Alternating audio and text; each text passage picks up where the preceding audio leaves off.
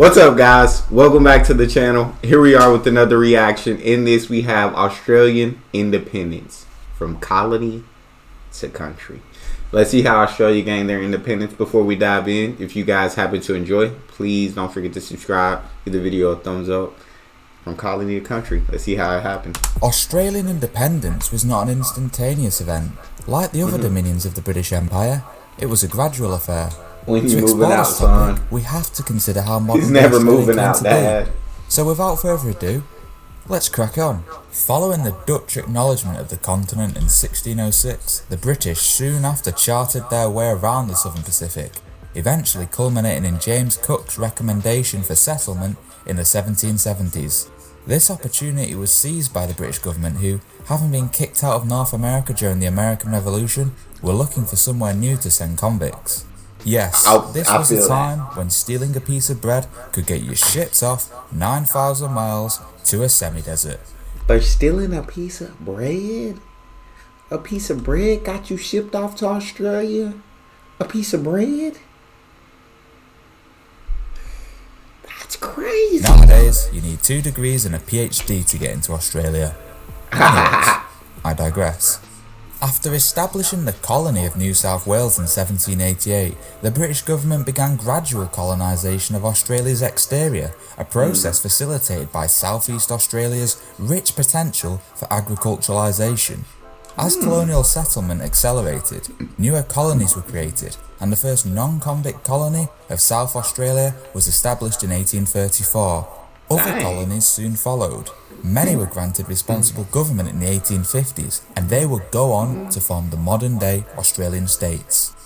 Fueled by the discovery of gold in the 1850s and 60s, economic growth soon followed, and the agricultural sector diversified into one of mining, finance, and even business. With this growth came the development of a distinct identity, one which saw itself firmly rooted in the British Empire, especially as the nature of Australian settlement. I wish I knew all these flags. I know. Is that Scotland? Wales? Northern Ireland? That's all I got, and I'm probably wrong about those, so let's not, let's just keep it going. Had diluted the ethno-linguistic characteristics of settlers. By the 1890s, Australian living standards had exceeded that of Britain, and at the time, the empire was seen as a viable economic sphere. As such, when the empire was tested during the Boer War, Australian colonies volunteered some 16,000 recruits. One recruit stated that, if an expedition to Antarctica in canoes was proposed, half our fellows would volunteer. Pretty stern stuff coming from that chap. In the year 1901, the Australian colonies decided to federalise, practically forming the entity we know as modern-day Australia, and the nation was granted self-government within the British Empire as a British Dominion. So the early 1900s are a controversial period. So 1901, they became Australia. And it doesn't seem like they're separate just yet, but they're allowed to self-govern themselves. Australian history. On the one hand, we see the growth of a functional democracy, and on the other, we see the development of a White Australia policy, and the accelerated marginalisation of Aboriginal peoples and Asian workers. Australian politicians attempted to keep Australia firmly entrenched within the empire, and any attempts by London to liberalise trade away from the empire were met with rebuke by the Australian government at the 1907 and 1911 imperial conferences. Even when an Australian Royal Navy was established in 1911, it mainly pursued British interests, and was, in reality, a Pacific branch of the British fleet. As with the rest of the empire, Australia was automatically taken into war in 1914 by Britain. Though the Australian response was keen and patriotic, casualties soon mounted on the Western Front, and in 1915, Australians suffered the brunt of the Gallipoli Campaign, an event which forged a unique Australian identity. Thereafter, and I actually watched a video about the Gallipoli Campaign. Shout out Australia for defending. What was it? Was it the beaches that they pulled up on? Either way, Australia did an amazing job. Australia took seat on the newly formed Imperial War Cabinet, Australia now had a say on how the war was being run. This marked a departure from Britain ruling the roost. Australia then showed its nationhood at the war's closure by signing the Treaty of Versailles separately to that of Britain, alongside the other British dominions. The 1920s was a weird time for Australia. Whereas Canada and South Africa were seeking imperial devolution, Australia was seeking to tie the empire together more tightly.